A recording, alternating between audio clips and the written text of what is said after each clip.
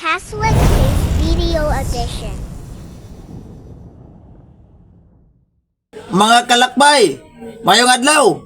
Naanapunta itubagon karon. Usa ka sakop sa Iglesia ni Cristo kining ginganlag kadaril.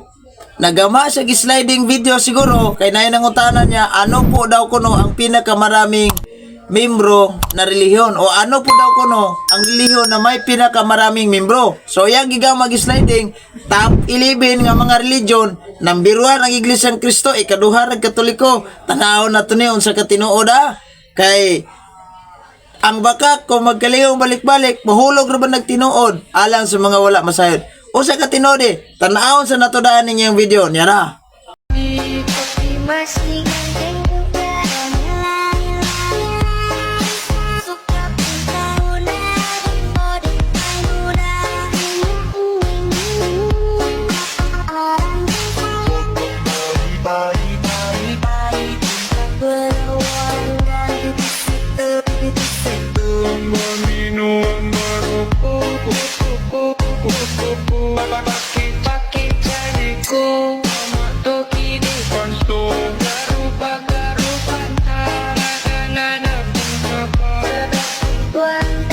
O, nakita ninyo ang maong video nga number 1 po kuno sila. Yeah. Okay, musandig sa tagbiblia ha. Musandig sa tagbiblia.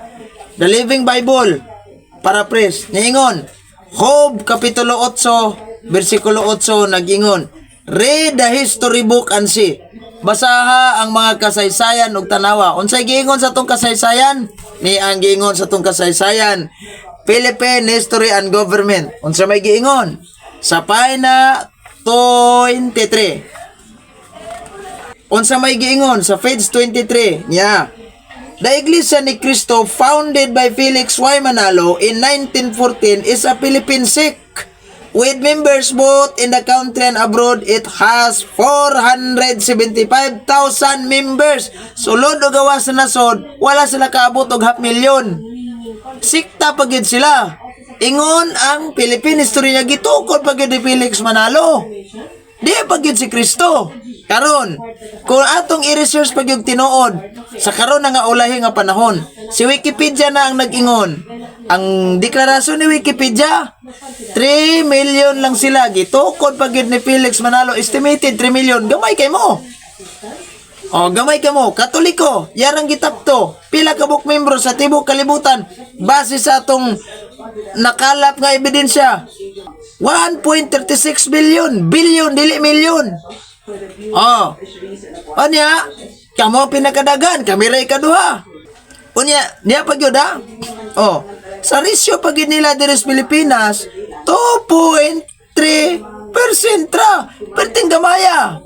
Kitang Katoliko, pila ka buk membro dire sa Pilipinas lang. Kay sa tibuok kalibutan, 1.36 billion man ta. Sa Pilipinas, pila ta ka buk? 85,645,362. Piting dagana. Nasa naman ang gingon yung top 2 Katoliko? Oh. Kaya ito ba yung tanawon? Number 1 sila sa pinakadako nga kulto. See? Gipamatud-an ba na sa Philippine history? Yes, gipamatud-an na. Sa niya gyapon nga history atong basahon, kining the Bible and Religious Freedom. Niya atong basahon ang maong kasaysayan. Bible and Religious Freedom, chapter 20, Our American Heritage. Atong basahon. The greatest legacy of America was to bring the Bible and religious freedom to the Philippines.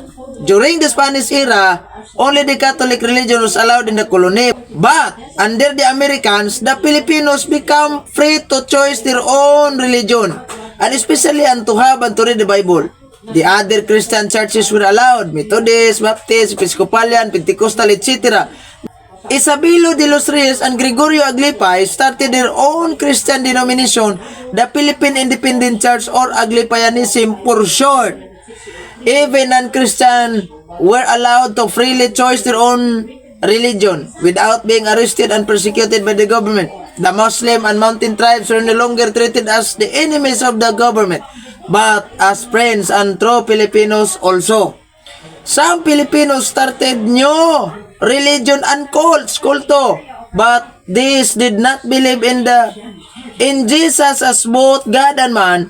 In 1914, Felix Manalo founded the Iglesia ni Cristo, which used the name of Christ but did not believe in Jesus as God. Kulto. Pilay membro? 3 million. Kontras Katoliko nga 1.36 billion. Unsay giingon sa Biblia? Basahon na to ning Biblia. Ang mayong balita ningon, Buhat 2:41. Daghan kanilang mito sa iyang mensahe og nagpabunyag mga 3,000 katao ang nahidugang sa pundok sa mga magtuto niadtong adlaw. Imagine ninyo 3,000 katao ang nahidugang. Ong gamay ang imuhang membro, wa mo dugangis Ginoo, piki gid mo kulto pa. O kang Katoliko nganong dagan kada adlaw gidugangan 3,000, may 3,000 lang. Mao nang magbantay ta pagayo aning kugi kayo nga mahutbot ba. Unya day ang ending pertir gid lang gamaya. Bantayan na nato ni pagayo. God bless.